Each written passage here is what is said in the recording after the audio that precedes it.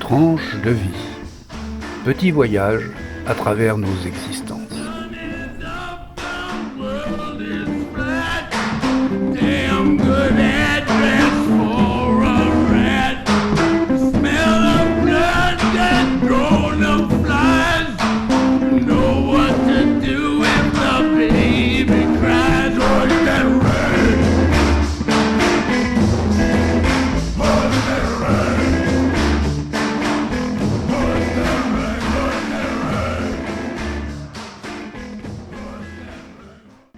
Chers auditeurs de Tranche de vie, si je vous dis que c'est un art qui s'est mué en genre et qui par son succès s'est transformé en média de masse, vous avez levé les sourcils d'un air dubitatif. Mais si je vous dis que c'est un art littéraire et graphique séquentiel, puisqu'elle raconte une histoire grâce à ses dessins et des textes insérés dans des bulles ou phylactères, là vous allez réaliser que nous allons parler aujourd'hui de la bande dessinée. Et je remercie Marine et Guillaume qui tiennent une librairie de BD dans le centre de Périgueux de bien vouloir nous parler aujourd'hui de leur métier. Marine, Guillaume, bonjour et merci de parler aux auditeurs de Radio Libre en Périgord. Comment est-ce qu'on devient libraire de BD ? Alors bonjour déjà, donc on devient libraire BD quand c'est d'abord une passion et qu'on a envie de la partager. Donc nous, on a ouvert il y a 7 ans maintenant et on a d'abord vraiment beaucoup étudié notre projet en fait parce que ça faisait 2 ans qu'on cherchait à s'installer donc dans ce métier et du coup, le challenge est réussi puisqu'on a tenu déjà 7 ans. Alors Guillaume, vous avez choisi ce métier par passion ? Par passion commune ? Tout à fait, effectivement, on venait tous les deux des métiers du livre, on était bibliothécaires et on a voulu se recycler d'une certaine façon tout en restant parce qu'on adore la lecture, on aime faire partager nos lectures, nos coups de cœur, etc. Donc on a voulu se recycler de cette façon. C'est original parce que c'est vrai qu'on aurait pu ouvrir en librairie, il y a un vaste choix en fait, on n'était pas obligé de se spécialiser. La spécialisation en bande dessinée est venue toute seule parce que c'est le domaine qui nous intéresse probablement le plus et ça nous évite certains domaines que doivent traiter les généralistes et qui par contre ne nous parlent pas du tout. Les essais politiques, les livres qui se vendent, les best-sellers de 1 mois, etc. ne nous tentaient pas, donc du coup on a voulu éviter ça. C'est quelque chose sur lequel on va revenir, mais oui. Donc vous étiez orienté déjà vers le livre, mais vous avez choisi la BD à la fois par passion, mais aussi par raison. Il y a une question que je voulais vous poser, si elle n'est pas indiscrète. Est-ce que vous êtes libraire indépendant ? Oui, on est libraire indépendant, puisqu'on ne dépend de rien. On fait partie d'un groupement, alors qui est une association en fait, qui est Canal BD, et qui regroupe les libraires indépendants de bande dessinée de toute la France en fait. Bon, tous n'en font pas partie, mais beaucoup, une centaine. Mais c'est une association, et c'est un groupement qui nous permet, de libraires indépendants, qui nous permet de résister en quelque sorte face aux grosses machines qu'on peut avoir en face, comme les supermarchés, ce genre de choses. Est-ce que vous aviez, quand vous avez abordé ce métier, déjà, vous étiez déjà dans l'industrie ou la diffusion du livre, est-ce que vous aviez déjà une culture étendue sur le 9e art, puisqu'il est convenu d'appeler la BD comme ça depuis les années 60 ? Alors, par notre formation, on avait une culture étendue sur toute la littérature, de toute façon. Enfin, on est quand même des gros lecteurs de romans, d'essais un peu, selon les sujets. Vous auriez pu être réfractaire à la BD ? On aurait pu, oui. Il y a beaucoup de gens qui sont... Enfin, il y a des gens qui sont réfractaires réfractaires à la BD, qui sont réfractaires à d'autres styles, d'autres formes d'art, etc. Mais non, c'est vrai que ça nous plaisait, effectivement. Je crois qu'on a grandi tous les deux un peu dedans. On avait derrière, comme on a beaucoup pratiqué les bibliothèques, etc., on avait quand même beaucoup de choix de lecture, beaucoup de possibilités de découvrir cet univers-là. Donc on connaissait déjà beaucoup. Ensuite, on a décidé, une fois qu'on a décidé de devenir libraire BD, le temps qu'on ouvre la librairie, qu'on fasse tout le boulot, on n'a pas arrêté de lire pour agrandir et enfin pour développer justement cette culture-là. Voilà, l'avantage de la BD, c'est qu'on peut vraiment lire assez vite. C'est bête à dire, mais on peut en découvrir beaucoup dans un temps assez limité. La lecture pour gens pressés ou pour gens qui ont une vie ou qui veulent aller à la rencontre de beaucoup de choses en peu de temps. D'une certaine façon, oui. C'est une lecture qui peut se lire de deux façons, en fait. De façon rapide, effectivement, mais aussi la BD, ça se relit. On peut prendre son temps, on peut vraiment développer le rapport qu'on a avec le livre, avec l'œuvre, avec l'histoire qui est développée, avec les dessins qu'il y a dedans. On peut décider de le lire de plusieurs façons. Puis, c'est quand même un média dans lequel... une manière de lire sur lequel on peut, un outil de lecture sur lequel on peut revenir peut-être plus facilement que dans un livre. Ah oui, tout à fait. En fait, relire un roman, ça se fait beaucoup moins souvent que... Même si ça se fait, j'ai déjà fait, ça se fait beaucoup moins que relire une BD, ça c'est clair. Il y a vraiment une bande dessinée selon son état d'esprit, selon sa forme du moment, etc. On va l'apercevoir différemment sur une ou une deuxième lecture. Et puis le dessin qui correspond à un style. Et à une envie du moment aussi. Parce que pareil avec Marine, on a des périodes, quoi. Des périodes où on va aller plutôt vers tel style, plutôt vers tel autre, mais voilà. Alors justement, ça va nous permettre la transition, là on parle de style. Est-ce que Marine, vous pouvez, pour nos auditeurs, rappeler en brassant ça à gros traits, quelle est un petit peu l'histoire de la BD? Oui, alors l'histoire de la BD, c'est très vaste. Outrageusement. Voilà, ça commence à la fin du 19e. Voilà, après, l'histoire, c'est aussi des lieux, en fait. Vous pouvez nous donner des étapes ou des gens qui ont particulièrement marqué une époque, la fin du 19e, qu'est-ce qui rend célèbre l'apparition de la BD? À l'époque, en fait, les bulles n'existaient pas encore. En fait, c'était quasiment du texte du texte avec l'illustration en dessus. Vignettes. Voilà, les vignettes. Voilà, et ça a évolué ensuite. Alors, il y a eu dans différentes parties du monde, en fait, puisqu'il y a eu le comics aux États-Unis, il y a eu le manga au Japon. Avant la Seconde Guerre mondiale. Voilà. Après, au début du XXe siècle, en fait, là je parle en Europe, la BD était surtout considérée comme une lecture pour les enfants, en fait. Il y avait très peu de BD adultes. Après, il y a eu l'époque des revues aussi, avec le journal de Tintin. Il y a eu Pilote, Spirou, voilà, qui ont permis en fait de faire émerger beaucoup d'auteurs, comme Franquin, comme des grands noms de la BD comme ça qui sont apparu. Vous pouvez nous rappeler où se situe Hergé par rapport Hergé, voilà, c'est en amont, quoi. C'était en amont, oui, au moment de la Seconde Guerre mondiale, voilà, à ce moment-là. Donc lui aussi est issu des journaux. Et ensuite, donc la BD a évolué. L'internationalisation. Oui, c'est ça, en fait. Voilà, ça a commencé à être lu un petit peu partout. Alors principalement à la fois une internalisation et puis une reconnaissance. Une reconnaissance. Alors pas tout de suite, parce que ça restait quand même pour enfants. Quand même au début. La reconnaissance est arrivée après, puisqu'il y a maintenant des auteurs BD qui ont eu, comme avec Maus de Art Spiegelman, qui ont eu le Pulitzer par exemple, c'est la première BD à avoir eu un prix comme ça reconnu. Quand il y a eu le grand manifeste, je me souviens plus de la Cassin, je crois, pour la BD.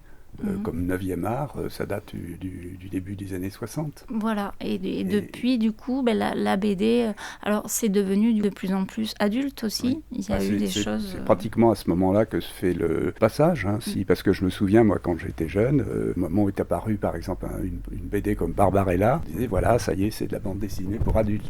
Oui, effectivement. Oui. Et aux États-Unis, de même, en fait. Et ensuite, il y a eu, beaucoup plus tard, dans les années, on va dire 80, 90, apparition vraiment de beaucoup de maisons d'édition indépendantes qui vont proposer des choses assez différentes, assez décalées par rapport à la BD qui était restée quand même assez classique jusque-là. Bon, pas tout, hein, mais... Et du coup, vont apparaître vraiment des choses très surprenantes. On voit par exemple avec Vinchous qui a eu le Grand Prix Angoulême, voilà, ce genre de choses. Donc la BD a vraiment évolué au cours des décennies. Alors, justement, au cours des 10 dernières années, ou même des 20 dernières années, on a l'impression qu'il y a une espèce d'explosion et puis que ça part dans toutes les directions. Est-ce que c'est ça qui se passe ou est-ce que... Alors effectivement, il y a eu une explosion, on va dire sur 20 ans. Il y a 20-25 ans, je crois qu'il y avait... on devait avoir 500 nouveautés par an, si je dis pas de bêtises. Maintenant, on en a plus de 5000. Alors, explosion sur plusieurs critères. Alors, excusez-moi, c'est lié aux facilités de la micro-édition? Alors, non, pas vraiment, parce que de toute façon, ça reste très difficile d'être micro-éditeur en quelque sorte. Non, c'est lié à beaucoup de choses. Effectivement, des éditeurs comme l'association ou autres, quand ils sont apparus, ont commencé à ouvrir tout un pan à la BD qu'on appelle indépendante. De toute façon, ça a effectivement fait beaucoup de petites éditions. Et maintenant, quand je parle des 5000 sorties, ça reste des très gros groupes historiques, Delcourt, Dargaud, Glénat, qui restent là, vous citez des éditeurs européens. Oui, tout à fait. Et ailleurs, qu'est-ce qui se passe? Depuis 20 ans, on a aussi une grosse arrivée en France du manga et du comics, en fait. On a une grosse chance, c'est que je pense qu'on est probablement le pays au monde qui est le moins protectionniste, d'une certaine façon, sur la culture, qui est le plus ouvert sur la culture bande dessinée, entre autres. On est le deuxième consommateur mondial de manga après le Japon. Au niveau du comics, on est aussi très développé, justement.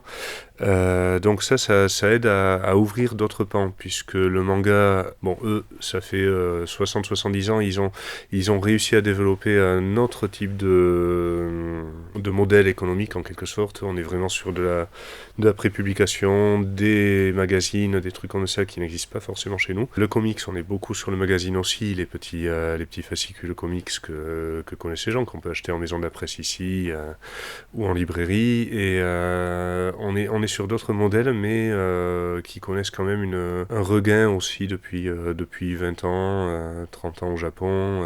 Mais ceux-là sont arrivés en France, donc c'est pour ça aussi qu'il y a ce gros développement de la bande dessinée et de la culture bande dessinée. On est sur plusieurs univers.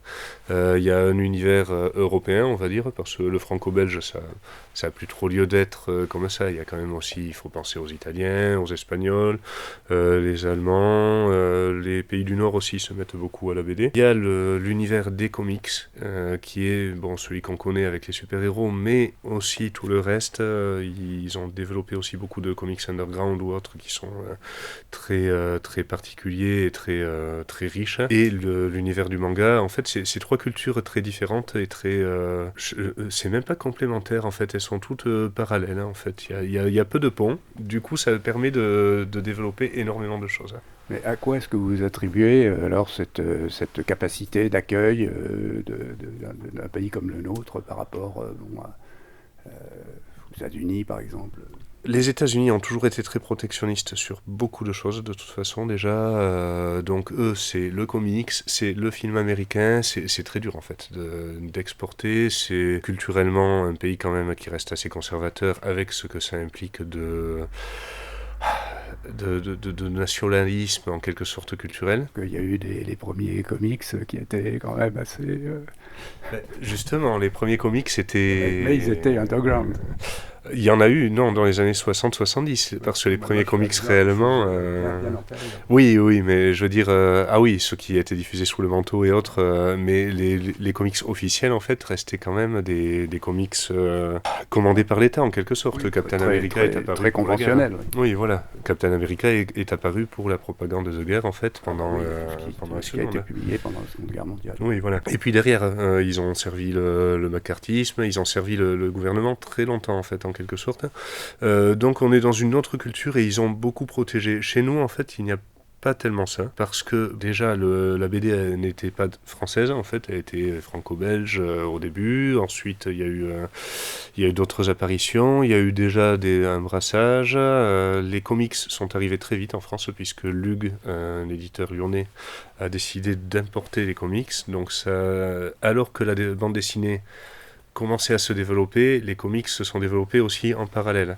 Donc du coup, même si ça fait hurler dans les chaumières parfois, c'était quand même... ça a permis de développer en fait l'idée d'une bande dessinée mondiale en quelque sorte. Et après, il y a d'autres facteurs. En France, il y a quand même depuis 36 ans maintenant une loi sur le prix unique du livre. Ça permet justement que des librairies indépendantes existent. C'est tout bête en fait. Le fait que ce ne soit pas que quelques grands groupes qui diffusent la culture fait que ça permet derrière une diversité plus grande au niveau justement des éditeurs, au niveau des auteurs, au niveau du choix et de la proposition en fait qui est faite au public. Donc il y a plusieurs choses, plusieurs facteurs économiques, culturels, etc. qui font que effectivement là, on est dans un pays qui a la chance d'avoir vraiment une ouverture par rapport à ça. Mais on le voit au niveau du cinéma. Et est-ce que la présence ou la proximité d'une ville comme Angoulême, là, qui est devenue un petit peu la Mecque de la BD, est-ce que c'est une conséquence de ça, ou bien est-ce que c'est quelque chose, ou est-ce que mon expression est peut-être exagérée de votre point de vue? Angoulême a su s'imposer comme festival, comme le plus gros festival d'Europe de toute façon de bande dessinée. Maintenant ils sont arrivés au bon moment, hein, ça fait 42, 43 ans, quelque chose comme ça qui sont là. Après bon, nous à Périgueux, je sais pas si on peut ressentir en fait un effet Angoulême, il n'y a pas...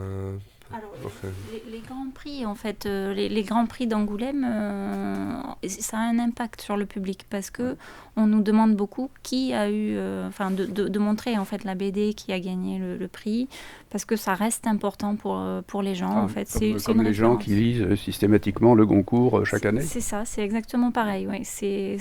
Pour l'instant, c'est la référence encore en matière de prix BD. On va peut-être passer aux contraintes de votre métier. Est-ce que dans votre métier, comme dans le reste de l'édition, il y a une déperdition énorme? Est-ce que vous avez, comme dans la littérature écrite, quand une publication sort, on sait qu'il y en aura probablement la moitié qui ira au pilon, sauf à tomber sur un best-seller. Alors évidemment, oui, en BD comme en littérature, il y a, comme Guillaume le disait tout à l'heure, il y a tellement de sorties, de nouvelles parutions chaque semaine, à peu près une centaine par semaine. Effectivement, sur la totalité, il y a beaucoup de choses qui vont partir au pilon, effectivement. Nous, étant spécialisés, on essaie un maximum de garder beaucoup de fonds. En fait, de ne pas se centrer uniquement sur les nouveautés, mais de vraiment garder en rayon les choses qui nous paraissent importantes, qu'on a aimées ou pas parfois, mais pour lesquelles on pense que ça peut plaire à beaucoup de gens parce qu'il y a quand même un fond intéressant. Donc voilà, nous on essaie vraiment d'avoir un fond très conséquent pour pouvoir proposer un maximum de choses.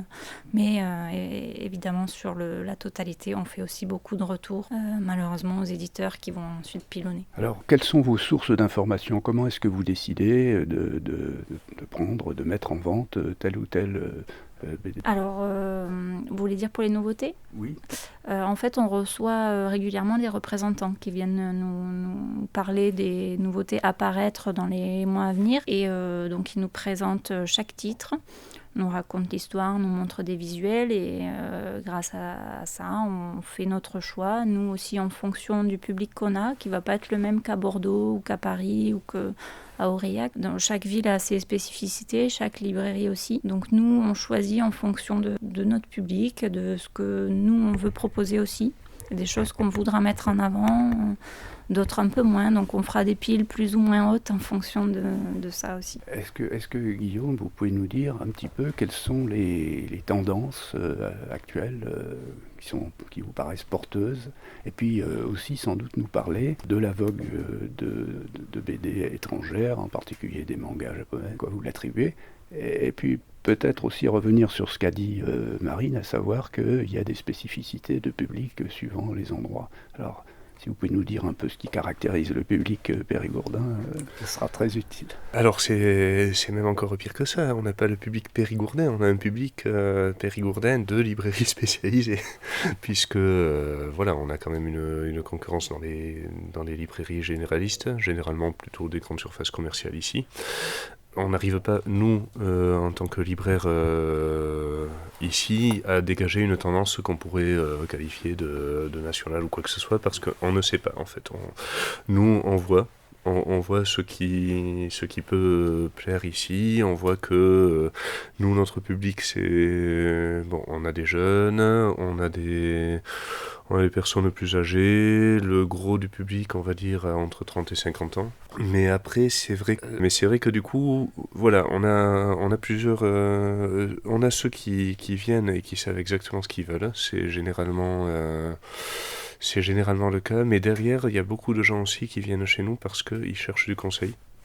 Et du coup, en fait, j'aurais tendance à dire qu'il y a des tendances qui sont subies, enfin qu'on subit, mais il y a des tendances qu'on peut essayer de faire aussi, d'une certaine façon. On se rend compte, on disait il y a 5000 BD qui sortent par an, il y en a 100 qui nous plaisent vraiment et qu'on va conseiller, qu'on va mettre en avant, qu'on va... donc du coup, c'est aussi... la tendance dépend des libraires, en fait. Je sais pas, à Brive, à côté, il va pousser telle BD, nous on va pousser celle-là, à Bordeaux, ils vont pousser une autre, et ça va vraiment être... Alors, vous voulez dire que ça correspond au goût, dans une certaine mesure, au goût des libraires? D'une certaine façon, oui. D'une certaine façon, oui. Il faut aussi savoir s'adapter au goût des gens. On va pas leur mettre dans la main un polar si j'adore si j'adore l'historique. Enfin, on s'adapte de toute façon. On sait conseiller dans toutes les palettes et dans tous les styles, effectivement. Mais c'est vrai que des tendances, après, on en voit selon le marché. Dernièrement, il y a eu énormément de biographies qui sortaient en bande dessinée. C'est simple, enfin la déduction est simple, il y en a une ou deux qui ont beaucoup marché. Derrière, tous les éditeurs ont lancé leur collection de biographies, qui ont marché ou pas. Voilà, il y en a qui marchent. Mais justement, est-ce que quelquefois vous avez des surprises Ouais, il y a des mauvaises surprises, des BD dans lesquels on croyait qui vont se retrouver être des flops. Enfin, voilà, très difficile à conseiller. Alors, on sait pas pourquoi, sujet trop difficile, dessin trop particulier, etc. Ça dépend. Et il y a des très bonnes surprises, des BD qu'on n'attendait pas, qui paraissent un peu classiques. La dernière en date, mais là, pour le coup, ça a été au niveau national, chez tous les collègues, etc. Les dernières en date, plutôt, sont, par exemple, Les Vieux Fourneaux, qui est une BD classique dans son format, 48 pages, un dessin assez classique, mais qui est très drôle, très cynique, très, très mordante et magnifique, et qui a énormément trouvé son public, qui nous a fait plaisir parce que c'était un auteur qu'on aimait beaucoup, qui a réussi à exploser, mais alors contre toute attente, avec une BD assez particulière, même l'objet, même le sujet, et même le titre, puisqu'elle s'appelle Zai Zai Zai Zai. On est vraiment sur quelque chose... sur un petit phénomène qui est apparu aussi. Enfin, c'est des phénomènes de librairie indépendante. Ah oui, oui, complètement. Oui, en fait, là, pour le coup, les grandes surfaces culturelles ne créent pas de phénomène. Là, par contre, le phénomène est attendu. En fait, un Astérix sort, il s'en vend 2 millions, c'est normal. Ils vont utiliser essentiellement des choses qui sont déjà reconnues. Tout à fait. Ou qu'on a fait reconnaître. Est-ce que vous pouvez nous dire quelques mots de la manga? À quoi vous attribuez ce succès, cet engouement durable de la manga japonaise auprès des jeunes? Je pense l'animé, en fait. Beaucoup. Enfin, le premier support, ça reste le dessin animé. Nous, on l'a découvert, enfin, du coup, les générations de 30-40 ans l'ont découvert sur Antenne 2. Les dessins animés pour les jeunes, enfin pour les enfants, et qui ensuite se prolongent par le style des mangas. Il y en a aussi, du coup, maintenant encore, puisque beaucoup d'animés passent sur les chaînes Gulli, Movie, etc., France 4 et autres. Et effectivement, en fait, le manga, alors, au Japon, sort d'abord en livre. Et est très vite adapté en animé si ça fonctionne. Ici, c'est presque parfois l'inverse. L'animé va commencer à apparaître à la télé avant que le manga soit adapté en français et sorti en librairie. Mais on voit en fait que vraiment les mangas, certains sont vraiment soutenus par la réussite du dessin animé derrière. Et le manga est... en fait, c'est très dynamique, c'est presque cinématographique. Ça fait depuis 30-40 ans que ce style existe de cette façon-là. Le manga avant était plus statique, on était plus dans de la BD classique en quelque sorte, et ils ont réussi à développer un style qui est très différent. Et je pense style qui coexiste avec un style plus classique qui existe aussi au Japon avec des représentants reconnus. Hein. Oui, oui, tout à fait, les Taniguchi et autres, mais là on est sur un public justement qui est plus sur ouvert aussi à la BD européenne, etc. Quand je parle de manga dynamique ou autre, oui, effectivement, je pense à ce qu'on appelle les shonen. Nous, on a connu Dragon Ball. Maintenant, il y a eu la période de Naruto, il y a les One. On est vraiment sur de l'épisode et sur des cycles. Donc, et en même temps, l'histoire est développée très très lentement et très différemment de la façon dont on va nous amener une histoire dans la bande dessinée européenne ou américaine. Les relations entre la BD et le cinéma, c'est Marine qui est la spécialiste. Non, mais je veux dire, on est enfin sur les relations, il y en a beaucoup, puisqu'il y a beaucoup de BD adaptés au cinéma, et inversement, des BD qui sont tirés de films ou de romans. Donc il y en a beaucoup avec le comics en fait, hein, ça commence là parce que voilà, les super-héros qui existent en BD sont... mais pas seulement, hein, western aussi. Oui, pas seulement, en BD également. Guillaume parlait tout à l'heure des vieux fourneaux, ça va être effectivement adapté au cinéma. Voilà, beaucoup de BD qui ont trouvé leur public, qui ont du succès, sont adaptés au cinéma. Je voudrais pour terminer vous demander quels sont vos goûts personnels pour le dessin, pour la BD. Alors moi personnellement la BD que je mets au-dessus des autres c'est Blast de Manu Larsenet, qui est une BD très dure, très noire, mais que je trouve absolument magnifique, qui est en 4 volumes chez Dargaud. Et voilà, pour moi c'est une des meilleures BD que j'ai lues. C'est le dessin, pas l'histoire. Ah si, les deux. Ah oui. Ah, la BD c'est un art complet, donc le dessin aussi important que l'histoire. On va retenir ça. Et Guillaume Au risque de paraître peu original, pareil, c'est Blast. On est vraiment sur le même avis. C'est une claque incroyable. C'est très sombre, très dur, mais c'est quelque chose qui parle énormément. Après, c'est vrai que définir des goûts, à une époque je pouvais le faire, mais c'était avant d'être libraire BD, parce que maintenant je me rends compte que je découvre des chefs-d'œuvre dans tous les styles. Que ce soit polar, historique, que ce soit BD européenne, américaine, etc. Mais c'est vraiment maintenant, je n'arrive plus à définir mon goût en fait. Je sais pas comment dire. Si je devais faire une bibliothèque idéale, il y aurait vraiment de tout. Il y aurait vraiment dans tous les genres. Alors évidemment, comme disait Marine, oui, dessin et scénario, parce que une BD avec un dessin magnifique mais un scénario inexistant est totalement inintéressante. Une BD avec un dessin atroce malgré le scénario,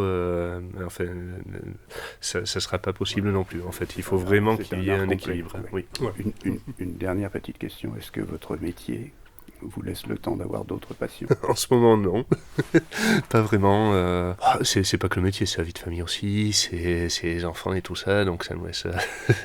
je pense que le métier pourrait nous laisser le temps d'avoir un peu d'autres passions, quand même. Hein. Mais c'est vrai qu'en fait, le soir, on lit des BD, pour les conseiller. Le week-end, on lit des BD. Mais bon, on va pas s'en plaindre. On a choisi ce boulot. On a la chance de faire partie des gens qui ont choisi leur boulot. Déjà, ça c'est bien. Et c'est vraiment...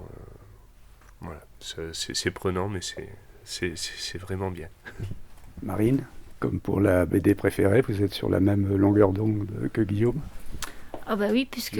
Sur les autres passions que vous pouvez exercer en dehors de votre métier. Ah, j'en ai aussi, mais c'est vrai que voilà, de toute façon... Vous les mettez en réserve en attendant d'avoir le temps de... Non, pas vraiment, mais c'est vrai que voilà, pour moi la BD c'est une passion, donc et il se trouve que c'est aussi mon métier, donc c'est une chance. Pour l'instant, c'est tout pour la BD.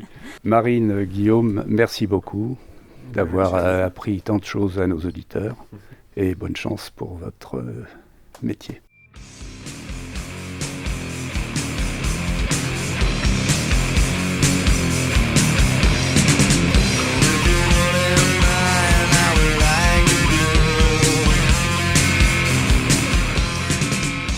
C'était Tranche de vie, une émission proposée par Jean-François.